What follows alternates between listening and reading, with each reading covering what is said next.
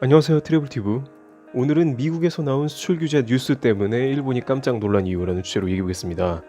한일 양국의 갈등이 10여일간 지속되고 있는 가운데 이제 양국의 뉴스가 본격적으로 전 세계에 여론화가 되고 있는 흐름이 감지되고 있습니다. 2019년은 미중 무역 전쟁이 심각하게 진행 중인데 G3라고 불리우는 일본까지 무역 제재에 뛰어들었다는 소식이 퍼져나갔고, 그 대상은 한국이라며 본격적으로 방송을 타기 시작한 겁니다. 따라서 그에 관한 다양한 해석이 나오고 있는 상황입니다.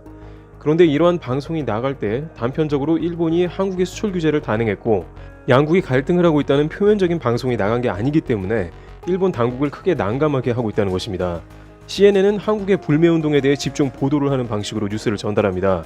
그러면서 왜 이러한 불매운동이 시작되었느냐고 그 원인을 물은 다음 자연스럽게 과거사에 대한 언급을 하게 되는 것입니다.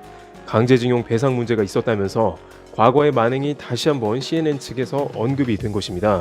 일각에서는 결국에는 일본이 한국에 충분한 사죄와 보상을 하지 않은 부분이 한국에서 개인 청구권에 의한 강제징용 판정이 나왔는데, 이 부분 때문에 일본이 경제보복을 하는 것은 전 세계에서도 굉장한 넌센스로 생각할 확률이 크다는 것을 지적합니다.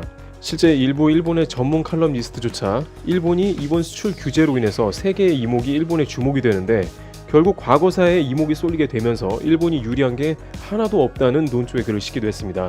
여기에 미국의 CNBC는 좀 더 구체적으로 조명을 했는데, 특히 이번 일본 수출 규제의 원인으로 한일 간의 과거사에 집중적인 조명을 했습니다. 최근 한국 간의 극도의 경색 국면은 60년이 누적된 한국의 분노로 시작된 것이라고 언급하면서 일본이 굉장히 거북해하는 과거사에 대한 이야기가 또 나왔습니다. 거기에다가 일본이 한국을 점령한 36년간 한국 여성들이 일본 군대에서 부적절한 노동을 강요받았다며 위안부 문제까지 언급을 했고, 이것이 한일 무역전쟁을 촉발한 원인이라는 논조의 발언을 한 것입니다. 누구나 듣기에 문제가 한국에 있는 게 아니고 오히려 일본은 과거사 문제를 말끔하게 정리하지 못했구나 하는 생각을 하게 됩니다. 메르켈 독일 총리는 4년 전 아베의 면전에서 그릇된 역사 인식을 꾸짖은 적이 있는데, 이와 같이 자칫 무역 분쟁 문제를 다루다가 일본의 과거사를 다시 한번 훑어나가는 계기가 되는 양상이 될 수 있고, 일본 내부에서도 구체적으로 언급하진 않았지만 분명히 제3국에서 일본에 대한 시선이 달라진다고 표현을 하고 있습니다. 일본이 잘못했다기보다는 일본에 전혀 이득이 되지 않는 일이기 때문에 빨리 수출 규제를 접자는 의견이죠. 그러나 일본 정부는 이번엔 한국을 수출 화이트 국가에서 제외하겠다며 여전히 부적절한 흐름으로 일관하는 모습입니다. 트래블티브 여기서 마치겠습니다. 감사합니다.